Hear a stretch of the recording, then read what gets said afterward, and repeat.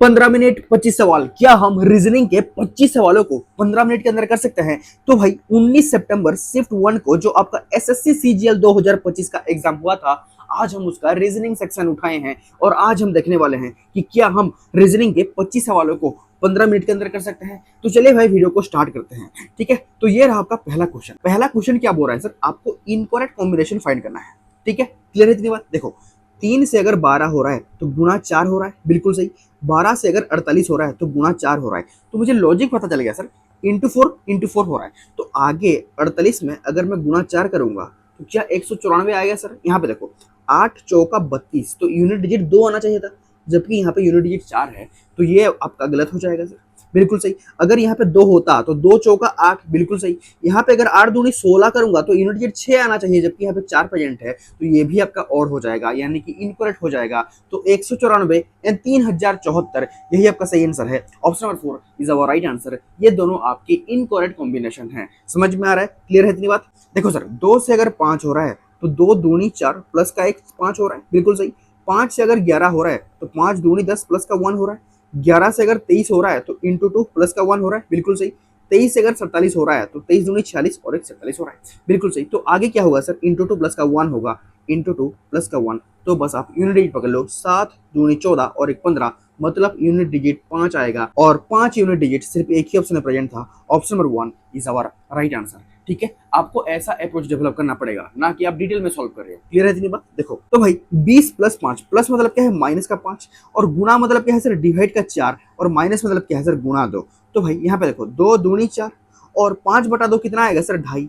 तो 20 में अगर मैं 2.5 घटाऊंगा तो 17.5। Option number 4 is our right answer. Clear है इतनी बात? ठीक है, देखो सर क्वेश्चन क्या बोल रहा है? A is the brother of B, A is the brother of B, बिल्कुल सही।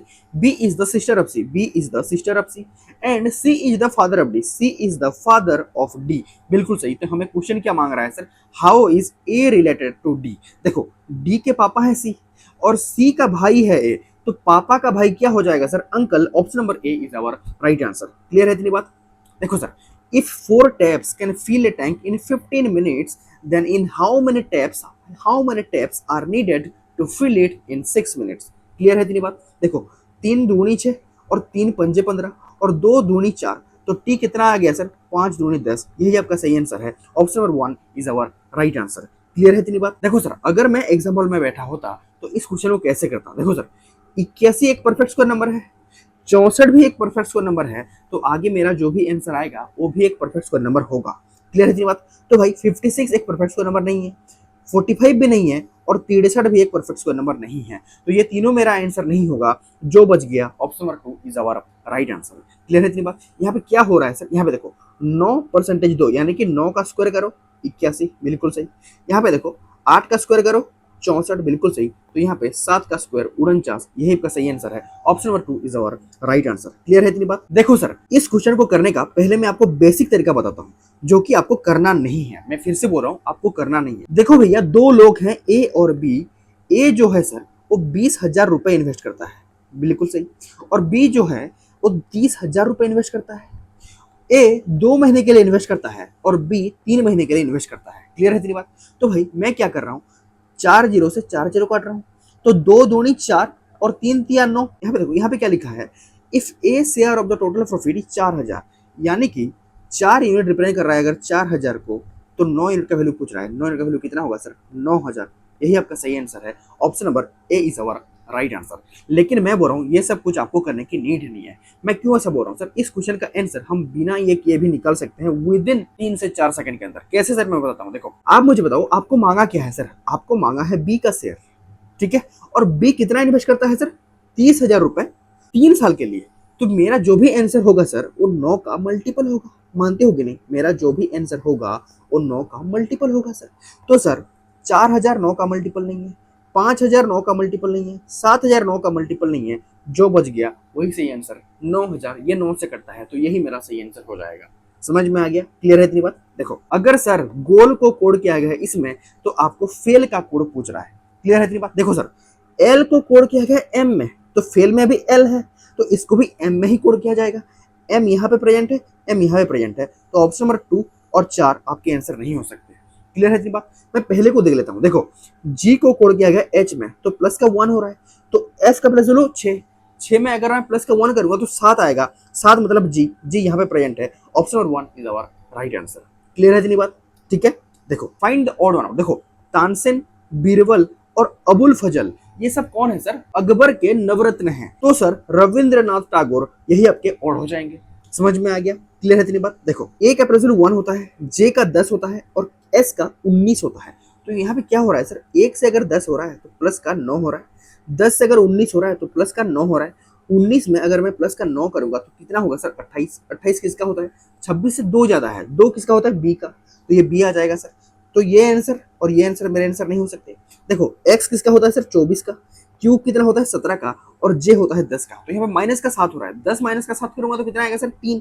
3 किसका होता है सर? सी का, तो B C option number 2 is our right answer. Clear है इतनी बात। रोम को कोड किया गया इसमें, तो आपको ग्रीस का कोड पूछ रहा है। तो भाई अगर ई को कोड किया गया है आई में, तो ग्रीस में भी तो ई प्रेजेंट है, तो एंड में आई आना चाहिए। तो आई सिर्फ एक ही जगह प्रेजेंट था, तो यही आपका सही आंसर हो जाएगा। Option number 1 is our right answer. समझ में आ रहा है, क्लियर है इतनी बात। देखो तो भाई आपको स्टेटमेंट क्या बोल रहा है? Government vehicles are instructed to avoid using sirens except during emergency. Government vehicles को क्या इंस्ट्रक्ट किया गया सर? कि अननेसेसरी कभी भी सायरन मत बजाना, अगर इमरजेंसी सिचुएशन हो तभी सायरन यूज करना, ठीक है। तो कंक्लूजन 1 क्या बोल रहा है sir? Sirens are often used unnecessarily. बिल्कुल सही, सायरन को अननेसेसरी यूज किया जा रहा था, तभी उसको इंस्ट्रक्ट किया गया कि भाई इमरजेंसी सिचुएशन हो तभी सायरन बजाना, अननेसेसरीली मत बजाना। क्लियर है इतनी बात। कंक्लूजन 2 क्या बोल रहा है sir? This will help reduce noise pollution. बिल्कुल सही, तो कंक्लूजन 2 भी आपका सही है सर। तो option number 3 both 1 and 2 follows. Clear है इतनी बात। देखो तो भाई स्टेटमेंट क्या बोल रहा है? India imports large quantities of crude oil every year. India क्या करता है सर? क्रूड ऑयल को लार्ज क्वांटिटी में इंपोर्ट करता है। समझ में आ रहा है। तो कंक्लूजन क्या बोल रहा है sir? India is not self sufficient in oil production. आप मुझे बताओ, अगर इंडिया सेल्फ सफिशिएंट होता तो क्या इंपोर्ट करता सर? इंडिया अगर सेल्फ सफिशिएंट होता तो ये तो एक्सपोर्ट करता। समझ में आ रहा है कि नहीं?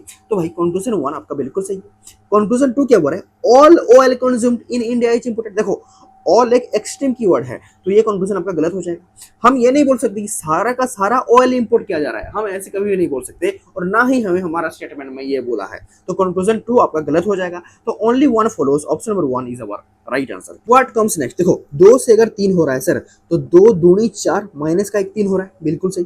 3 से अगर 5 हो रहा है तो 3 दूनी 6 माइनस का 1 5 हो रहा है।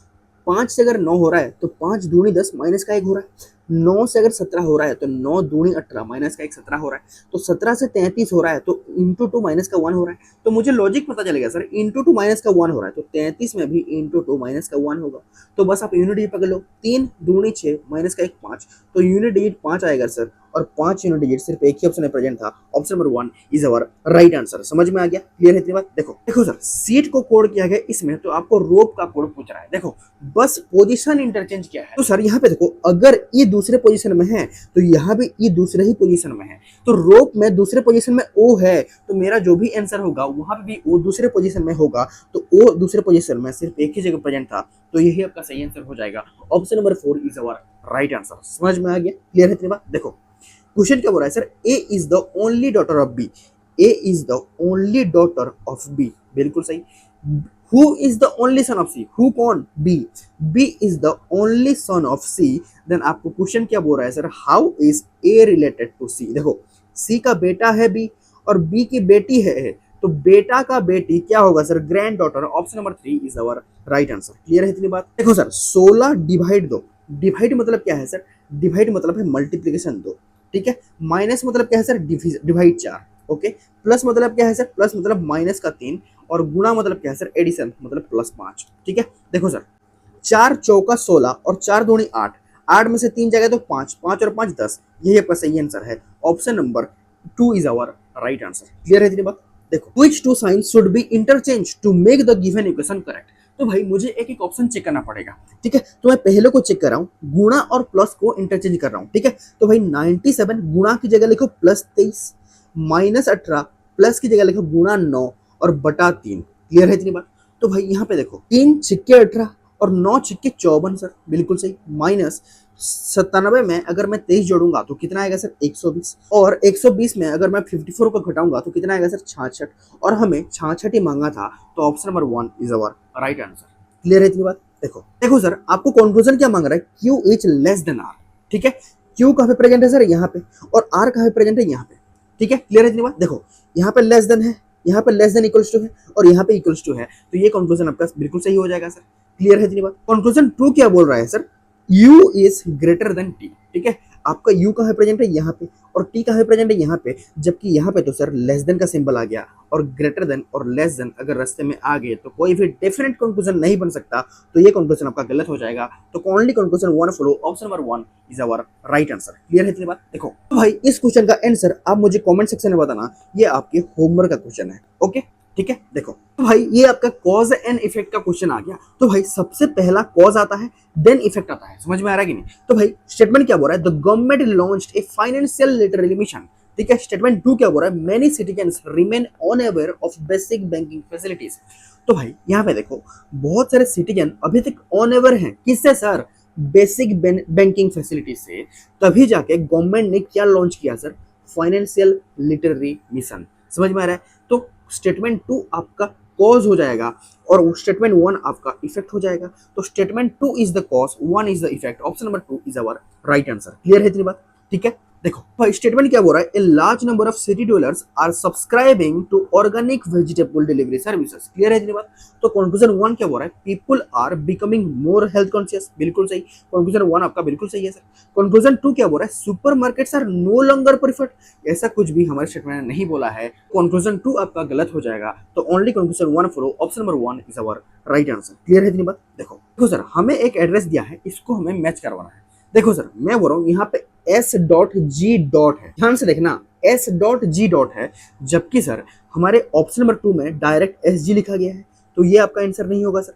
ऑप्शन नंबर 3 में भी SG लिखा गया है, तो ये भी आपका आंसर नहीं होगा। ऑप्शन नंबर 4 में S.G. है, लेकिन G के बाद भी एक डॉट है, तो ये भी आपका आंसर नहीं होगा।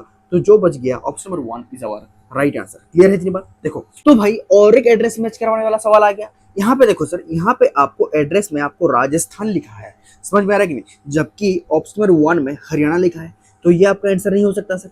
ऑप्शन नंबर 2 में मध्य प्रदेश लिखा है, तो ये भी आपका आंसर नहीं होगा। ऑप्शन नंबर 3 में गुजरात लिखा है, तो ये भी आपका आंसर नहीं होगा। तो जो बच गया option number 4 is our right answer. भाई मैं बस लास्ट लेटर को पकड़ रहा हूँ। देखो जे का प्लस 10 होता है, ओ का 15 होता है, और टी का 20 होता है। क्लियर है इतनी बात? तो भाई 10 से अगर 15 हो रहा है तो प्लस का 5 हो रहा है, 15 से अगर 20 हो रहा है तो प्लस का 5 हो रहा है। तो भाई 20 में अगर मैं प्लस का 5 जोड़ूंगा तो कितना आएगा सर 25, और 25 किसका होता है, वाई का, और वाई सिर्फ एक ही जगह प्रेजेंट था। Option number 4 is our right answer. समझ में आ गया? क्लियर है इतनी बात? भाई हमने बहुत ही बेहतरीन तरीके से रीजनिंग के 25 सवालों को 15 मिनट के अंदर कर दिया है। अगर आपको ये वीडियो अच्छा लगा तो do like, share and subscribe to easy destination for quality content only. Thank you so much everyone.